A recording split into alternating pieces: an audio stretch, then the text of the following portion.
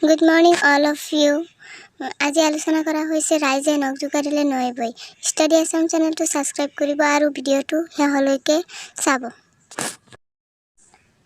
ৰাইজে নখ জোকাৰিলে নৈ বৈ একতাৰ বল বুজ ল'বলৈ এই যোজনাটি ব্যৱহাৰ কৰা হয়। নখৰ পিঠিত পানী কিমাননো ধৰে, কিন্তু এই অলপ অলপ পানী গোট খোৱালে ঠিক নৈ নহ'লেও ভোজন পৰিমাণৰ পানী নহ'ব জানো? ঠিক তেনেদৰে সদৌ ৰাজ্য মিলি প্ৰত্যেকে যদি সামান্য পৰিমাণেও কৰি যায়, তেনেহ'লে ডাঙৰ বা কঠিন কাম এটা কম অয়াসে হৈ যায়। ৰাজহুৱা নামঘৰ, গীৰ্জাঘৰ, মছজিদ আদি ৰাইজৰ সামান্য শ্ৰম বা দানৰ বিনিময়তে সাজি উলিওৱা হয়।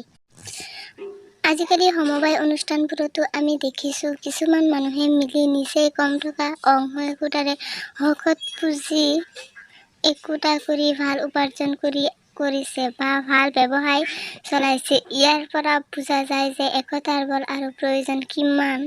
সেয়া আমি সকলোৱে একতাবদ্ধ হৈ